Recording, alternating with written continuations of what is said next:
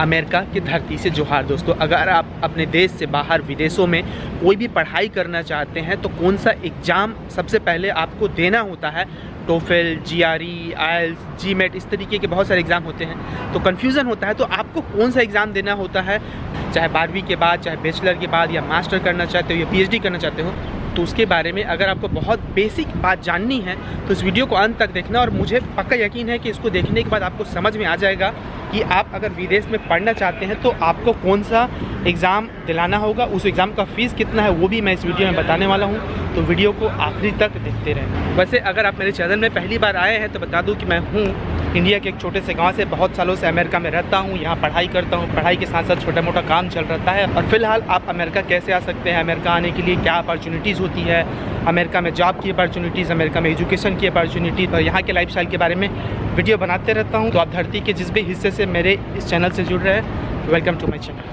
वैसे तो इंटरनेट में ढेर सारा चीज़ आपको मिल जाएगा, यूट्यूब में मिल जाता है, लेकिन कंफ्यूजिंग हो जाता है कि आपके लिए कौन सा टेस्ट सही होता है, कौन सा एग्ज़ाम आपको लेना चाहिए। खासकर जो हिंदी मीडियम के लोग हैं या फिर जो अंग्रेजी नहीं बोलते, उनके लिए कंफ्यूजिंग हो जाता है। तो आप में से बहुत सारे के सवाल लगभग एक जैसे थे, तो ये वीडियो बहुत ज़रूरी था, इसलिए वीडियो को देखना ज़रूर। आपका जो भी कन्फ्यूज़न है वो इस छोटे से वीडियो से निश्चित रूप से दूर हो जाएगा और आप सही एग्ज़ाम के लिए तैयारी कर सकेंगे। तो फिलहाल मैं जा रहा हूँ हार्वर्ड यूनिवर्सिटी का कैंपस और वहाँ बैठ के जाकर मैं आपको पूरा डिटेल बताता हूँ। ऑलराइट, तो पहुंच गए यहाँ पर हम। ये है हार्वर्ड विश्वविद्यालय का मेन कैंपस और मेरे सारे नोट्स तैयार हैं, तो मैं इस नोट के द्वारा फटाफट तुमको जानकारी बता रहा हूँ। तो अगर आप विदेश में पढ़ने के बारे में सोच रहे हैं, अगर आप 12वीं कक्षा में हैं या कॉलेज में भी हैं या पीएचडी कर रहे हैं, मास्टर कर रहे हैं, जो भी कर रहे हैं, विदेश में पढ़ने के बारे में सोच रहे हैं, तो सबसे पहले ख्याल आता है कि भाई कैसे जाएंगे विदेश, क्या चीज़ के एग्ज़ाम दिलाना पड़ेगा। तो जो एग्ज़ाम आपको दिलाना पड़ेगा उसको दो तरीके से समझ सकते हैं। ध्यान से समझने की कोशिश करना, फिर ये जीवन भर आपको याद रहेगा।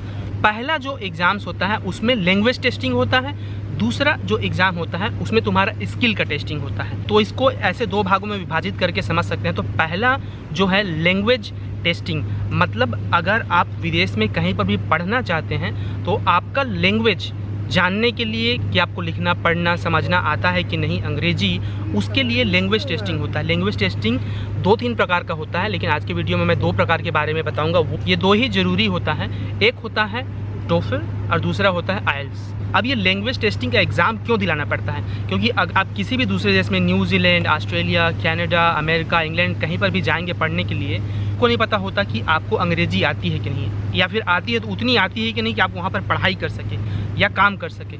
इसलिए वो ये एग्ज़ाम को लेते हैं। तो ये जो 2 एग्ज़ाम है, इसमें से पहला एग्ज़ाम है टोफेल। टोफेल का पूरा फॉर्म होता है test of English as a foreign language, जैसे कि नाम से ही पता चल रहा है। इसका एग्ज़ाम जो है ऑनलाइन होता है, आप किसी भी अपने देश के बड़े शहर में इसका एग्ज़ाम दे सकते हैं। इसका फ़ीस तकरीबन होता है $185। अभी हो सकता है कि जब तुम इसको देख रहे हो तो अपडेट होता रहता है हर साल, तो अभी फ़िलहाल ये $185 इसका एक बार का फ़ीस है, वो रिफ़ंड नहीं होता है। इसका जो एग्ज़ाम है वो तकरीबन 3.5 से 4.5 घंटा तक का होता है। इसमें 4 सेक्शन होते हैं इस एग्ज़ाम में, reading, writing, speaking and listening, लिखना पढ़ना सुनना और समझना। तो जब आप इस एग्ज़ाम को दिलाते हैं तो अलग अलग जो ये सेक्शन होता है, अलग अलग जो कैटेगरीज हैं, उसमें आपको एक निश्चित नंबर पाना होता है। वैसे ये टोटल 120 नंबर का होता है। कुछ यूनिवर्सिटीज़ को छोड़ दे तो तुम अगर 85 से ज़्यादा नंबर ले आओगे तो उतना सफिशिएंट पर्याप्त होता है किसी भी अमेरिका के कॉलेज में एडमिशन पाने के लिए। दूसरा लैंग्वेज टेस्टिंग होता है, उसको बोलते हैं आइल्स, या कई लोग आइलेट्स भी बोलते हैं उसको।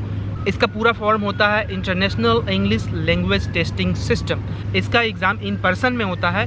इसका एग्ज़ाम भी आप अपने किसी भी बड़े शहर में ले सकते हो। इस एग्ज़ाम का फ़ीस अभी $149 है। टोफेल से इसका फ़ीस जो है $30 से $35 कम होता है। इस एग्ज़ाम में टोटल नंबर, या उसको बैंड भी बोलते हैं, 9 होता है। अगर आपने 6.5 से ऊपर कर लिया उतना पर्याप्त होता है यूरोप, ऑस्ट्रेलिया, कनाडा की यूनिवर्सिटीज़ में एडमिशन पाने के लिए। इसमें भी वही बेसिक 3-4 सेक्शन होते हैं, लिखना पढ़ना समझना और सुनना। तो अब ये जो 2 एग्ज़ाम है आइल्स और टोफेल, इन दोनों में से आपको कौन सा लेना ज़रूरी होगा। आप सोचेंगे कि भाई 2 एग्ज़ाम से क्या दोनों को लेना ज़रूरी है, तो नहीं, दोनों को लेना बिल्कुल ज़रूरी नहीं है। समझने की कोशिश करना। टोफेल जो है ज़्यादातर अमेरिका और कनाडा आते हैं जो स्टूडेंट यहाँ पढ़ने के लिए, उनके लिए होता है। लेकिन अगर आप यूरोप जाना चाहते हैं पढ़ने के लिए, जैसे कि England, Germany, France, Italy, Australia, New Zealand, तो वहाँ पर आइल्स एक्सेप्ट करते हैं। मतलब अगर आप वहाँ पढ़ने जाने के बारे में सोच रहे हैं तो आपको आइल्स का एग्ज़ाम देना पड़ेगा। इसलिए ये एग्ज़ाम को दिलाने से पहले आपको तय करना पड़ेगा कि आप कौन सा देश में पढ़ने जाना चाहते हैं, उसके हिसाब से दोनों में से कोई एक एग्ज़ाम आप चुन सकते हैं ताकि आपका पैसा वेस्ट मत हो। लेकिन दोनों दिलाना बिल्कुल भी ज़रूरी नहीं है। और एक बार अगर तुम आइल्स का एग्ज़ाम दिला लोगे तो वो 3 साल के लिए वैलिड होता है, मतलब 3 साल तक तुम किसी कॉलेज में अप्लाई कर सकते हो, तुमको फिर से ये एग्ज़ाम नहीं दिलाना पड़ेगा।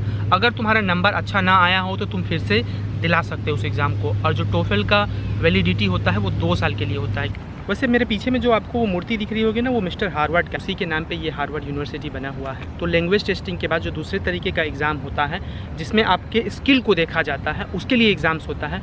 तो वो 3 तरीके के होते हैं मुख्य रूप से। हो सकता है कि आपने इन तीनों का नाम पहले सुना हो। तो मैं शुरू करूँगा SAT सेट से, स्कॉलस्टिक असेसमेंट टेस्ट। आप जब 12वीं कक्षा में पास हो जाते हैं और यहाँ पर कॉलेज करना चाहते हैं, जैसे वहाँ पर BA BSc करते हैं ना, वैसे ही तो अगर आप वही पढ़ाई यहाँ अमेरिका में करना चाहते हैं या अपने देश से बाहर किसी और दूसरे देश में, तो आपको ये एग्ज़ाम देना होता है। ये जो एग्ज़ाम होता है ये भी ऑनलाइन होता है। इसमें basic math, reading, essay writing, उस तरीके के विषय से संबंधित प्रश्न आते हैं। उसकी तैयारी के लिए बहुत सारे मटेरियल, पुस्तकें उपलब्ध होती है जो आप बाज़ार से खरीद सकते हैं। सेट का जो एग्ज़ाम है वो 3 घंटे का होता है और ये 5 साल के लिए वैलिड होता है। अगर आपने अभी 11वीं पढ़ रहे हो तो अभी से आप दिला सकते हो, या 10वीं पढ़ रहे हो फिर भी आप दिला सकते हो, क्योंकि ये 5 साल के लिए वैलिड है।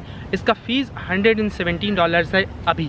तो सेट एग्ज़ाम जो हो गया वो बैचलर करने के लिए 12वीं के बाद आप दिलाते हैं। लेकिन अगर आपने अपने देश में कॉलेज कर लिया है, बैचलर डिग्री आपके पास है, BA BSc BE BCom उस तरीके का, तो अगर आप यहाँ पढ़ना चाहते हैं, मास्टर करना चाहते हैं, तो उसके लिए आपको जो एग्ज़ाम देना होगा स्किल वाला वो है GRE, ग्रेजुएट रिकॉर्ड एग्जामिनेशन उसका नाम है पूरा। ये भी एक ऑनलाइन एग्ज़ाम है जो कि 3 घंटा 45 मिनट का होता है। ये भी 5 साल के लिए वैलिड होता है। तो आप जब कॉलेज के 2nd ईयर या 3rd ईयर में जाते हैं तभी भी इस एग्ज़ाम को दिला सकते हैं, ताकि आप पहले से तैयारी हो आपकी। अभी फ़िलहाल इसका फ़ीस जो है $230 है।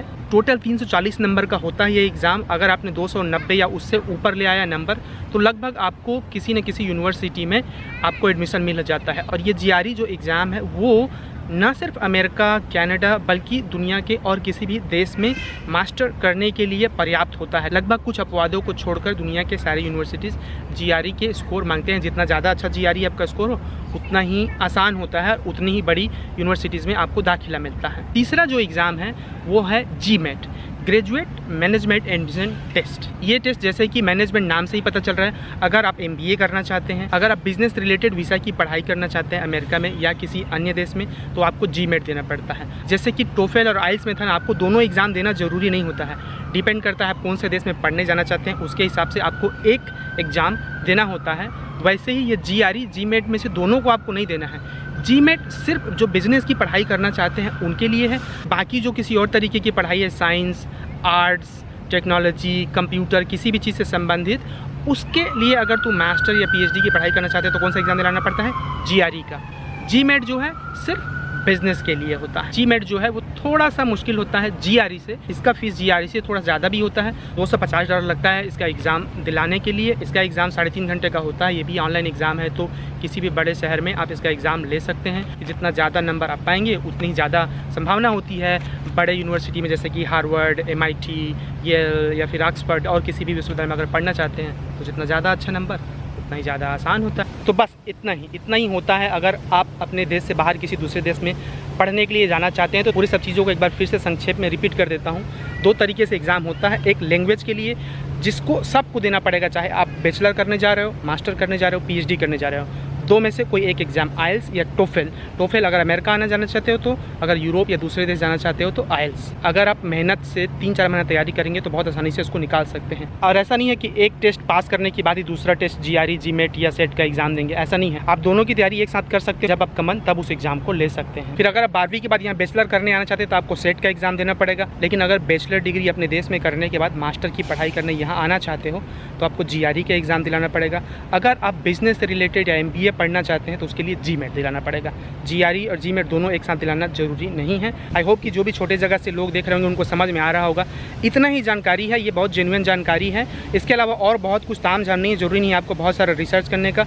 फिलहाल आप ये 2 एग्ज़ाम की तैयारी शुरू कर दीजिए, जहाँ से भी हो, जैसे भी हो। आने वाले वीडियोज़ में अभी जितने मैंने एग्ज़ाम्स बताए हैं वो हर एक एग्ज़ाम्स का थोड़ा सा डिटेल में बनाऊंगा, नहीं तो वीडियो ज़्यादा लंबा हो जाता। मेरी ओर से तुम लोगों को गुड लक कि तुम अपने एग्ज़ाम में सफल हो जाओ और छोटे जगह के लोग भी आगे बढ़े। और अगर तुम में से कभी कोई यहाँ पर हार्वर्ड यूनिवर्सिटी या अमेरिका की किसी भी यूनिवर्सिटी में कभी एडमिशन मिल गया तो बताना ज़रूर, ताकि हम मिले और बाकी लोगों को भी इनकरेज कर सके आगे पढ़ने के लिए, आगे बढ़ने के लिए। तो चलिए फिर आज के वीडियो में इतना ही। अगर आज का वीडियो आपके लिए थोड़ा बहुत भी उपयोगी रहा हो, थोड़ी बहुत भी कुछ जानकारी मिली है, और ख़ासकर अगर आप छोटे जगह से हैं तो चैनल को सब्सक्राइब करते हुए जाना। मिलते हैं अगले वीडियो में अमेरिका की किसी नई चीज़ के बारे में जानकारी देते हुए। शुक्रिया, जुहार।